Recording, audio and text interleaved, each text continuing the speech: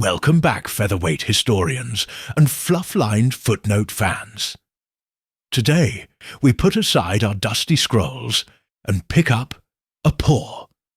This is the story of Wojtek, the bear who became a soldier, drank beer, smoked cigarettes, carried live artillery shells into battle, and somehow got promoted. Was he trained? No. Was he brave? Absolutely. Was he an emotional support bear for a traumatized army unit full of displaced Polish soldiers? You bet your war biscuits he was.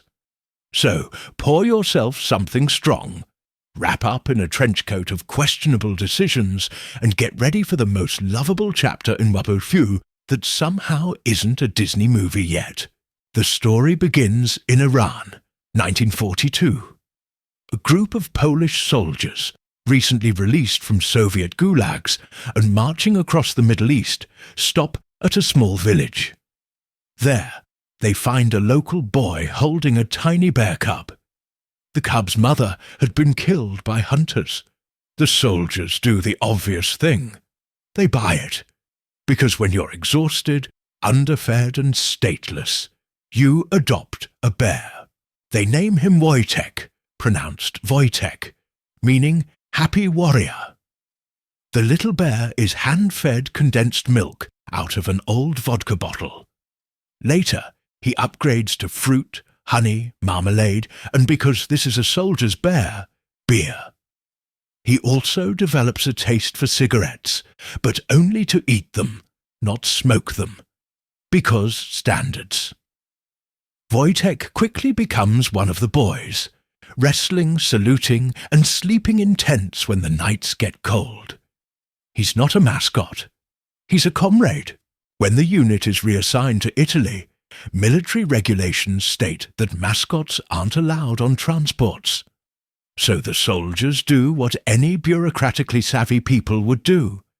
They enlist Wojtek as a private in the Polish army. Yes, with a name, a serial number, and a paybook. His rank, Private Wojtek, 22nd Artillery Supply Company. He is now, legally, a bear in the army. Wojtek settles into army life beautifully. He helps guard supplies, aka scares off thieves by existing. He helps carry heavy crates because he's a bear. He even learns how to salute and reportedly marches beside the men. He plays rough with the soldiers, but he's gentle with new recruits. He loves baths, hates being alone, and will straight up steal your laundry if he's bored. In 1944, Wojtek and his unit arrive in Italy, just in time for one of the fiercest battles of the war, Monte Cassino. The Polish Second Corps is tasked with supplying ammunition up a rocky slope under heavy fire. Wojtek sees the soldiers carrying crates of live artillery shells and decides to help. So he starts carrying the crates himself, back and forth, calmly, quietly, under fire. Everyone watches, stunned. He doesn't panic. He doesn't flinch. He just does the job. After the battle, Wojtek is hailed as a hero. He's promoted to corporal. His official symbol, a bear carrying an artillery shell, becomes the company emblem. The story spreads like wildfire. British and American troops don't know what to make of him.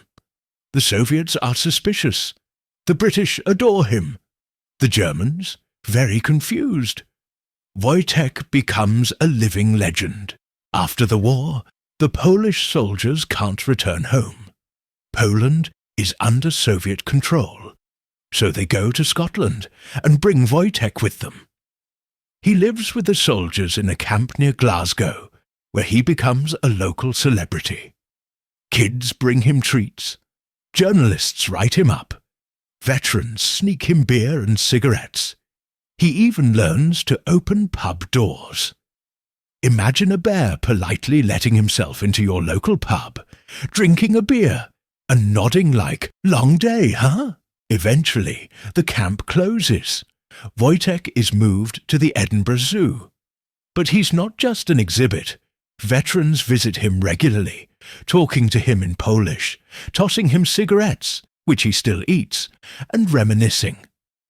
Zoo visitors say his ears would perk up any time he heard Polish spoken.